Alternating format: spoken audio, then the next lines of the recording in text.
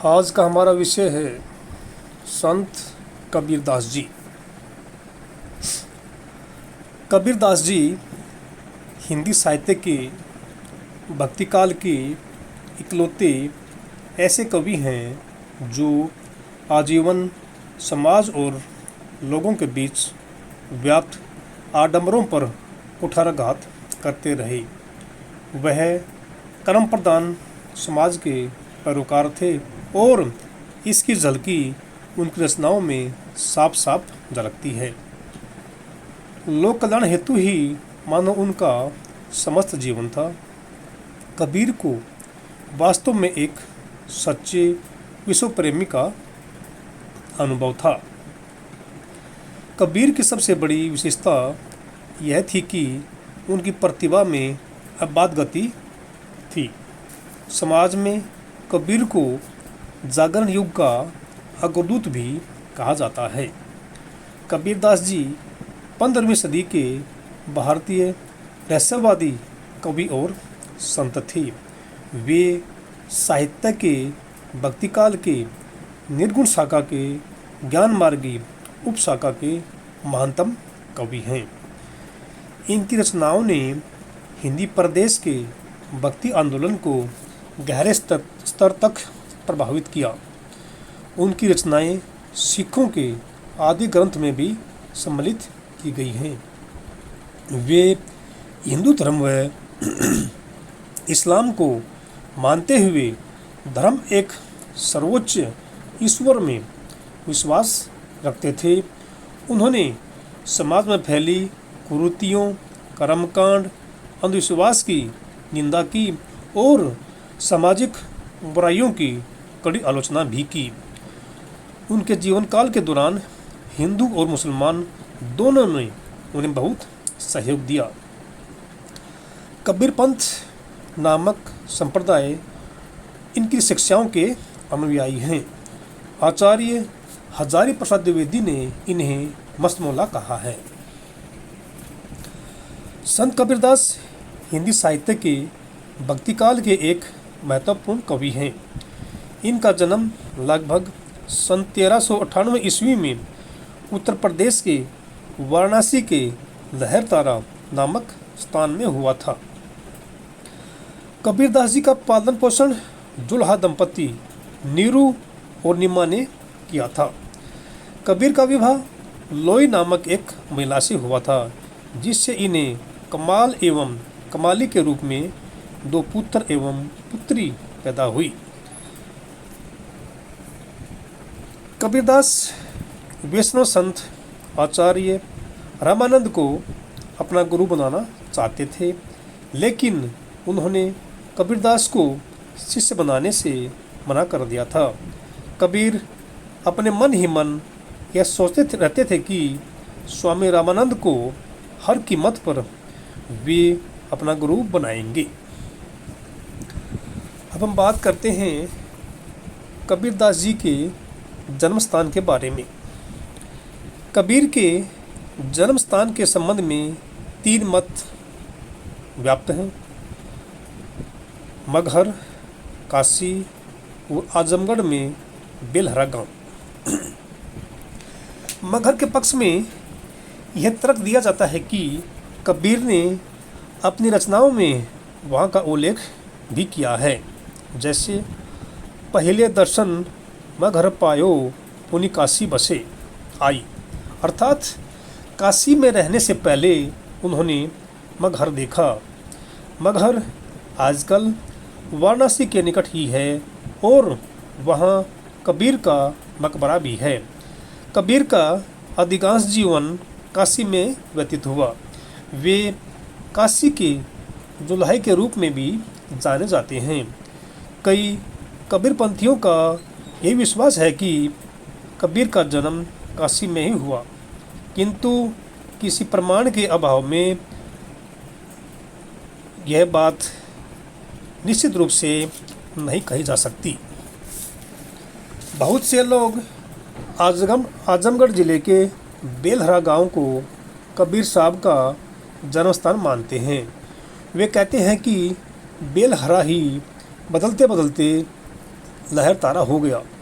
फिर भी पता लगाने पर न तो बेलहरा गांव का ठीक पता चल पाया और न यही मालूम हो पाता है कि बेलहरा का लहर तारा कैसे बन गया और वह आजमगढ़ ज़िले से काशी के पास कैसे आ गया। वैसे आजमगढ़ ज़िले में उनके पंथ या अनुयायियों का कोई भी स्मारक नहीं है। अब हम बात करते हैं कबीरदास जी की शिक्षा के बारे में। कबीरदास जी ने स्वयं अपने बारे में कहा, मसी कागद छुओ नहीं, कलम गयो हाथ। अनपढ़ होते हुए भी कबीर जी का ज्ञान बहुत व्याप्त था। साधु संतों और फकीरों की संगति में उन्होंने वेदांत, उपनिषद और योग का व्याप्त ज्ञान प्राप्त कर लिया था। इसके अलावा सूफी फकीरों की संगति में बैठकर उन्होंने इस्लाम धर्म के सिद्धांतों की जानकारी भी प्राप्त कर ली थी। अब हम बात करते हैं गुरु दीक्षा के बारे में। कबीर ने काशी के प्रसिद्ध महात्मा रामानंद को अपना गुरु माना है। कहा जाता है कि रामानंद जी ने नीच जाति का समझकर कबीर को अपना शिष्य बनाने से इनकार कर दिया था। तब एक दिन कबीर गंगा तट पर जाकर सीढ़ियों पर लेट गए, जहां रामानंद जी प्रतिदिन सुबह जल्दी जल्दी उठकर स्नान करने जाया करते थे।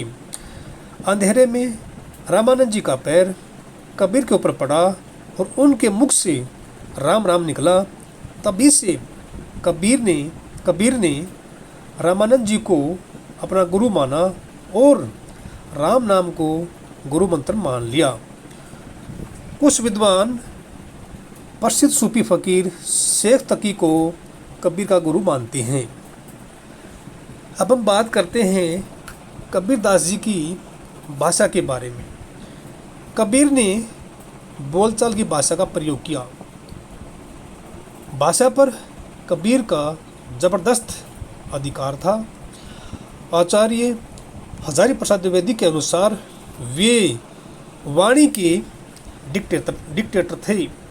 जिस बात को उन्होंने जिस रूप में प्रकट करना चाहा उसे उसी रूप में कहलवा लिया। बन गया है तो सीधे सीधे, नहीं तो दरेरा देकर। भाषा कुछ कबीर के सामने लाचार सी नज़र आती है।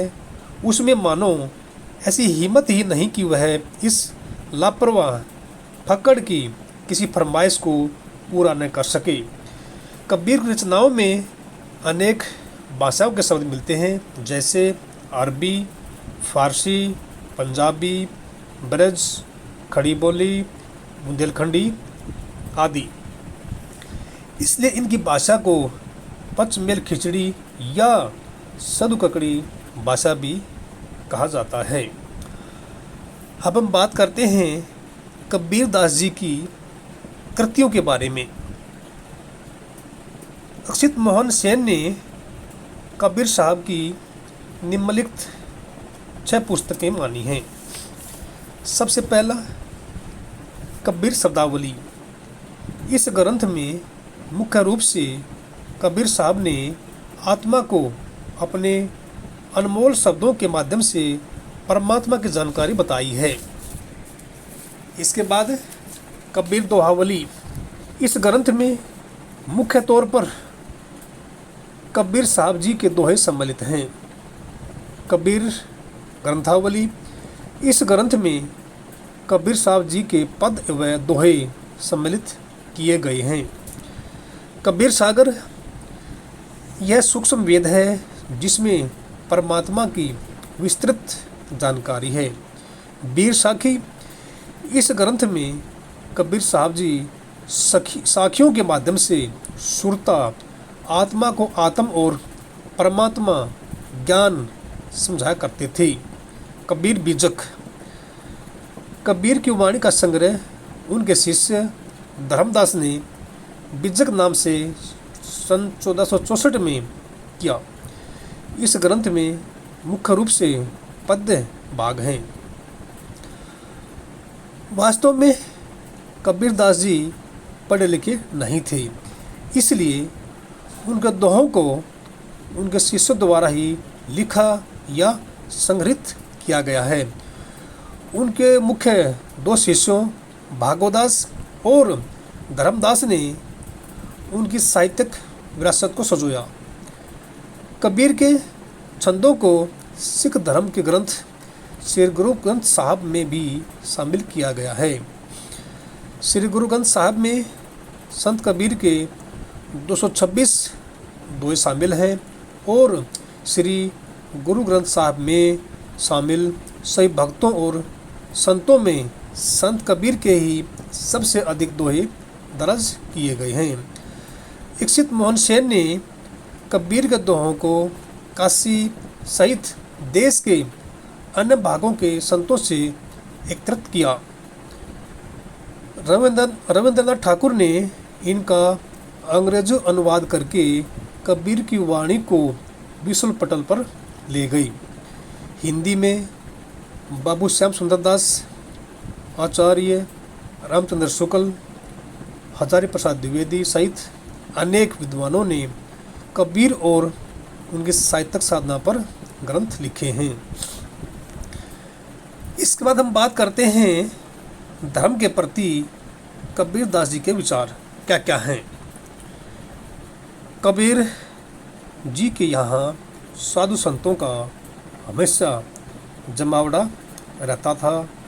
कबीर साहब ने कलयुग में पढ़े लिखे ना होने की लीला की, परंतु वास्तव में वे स्वयं बहुत बड़े विद्वान थे।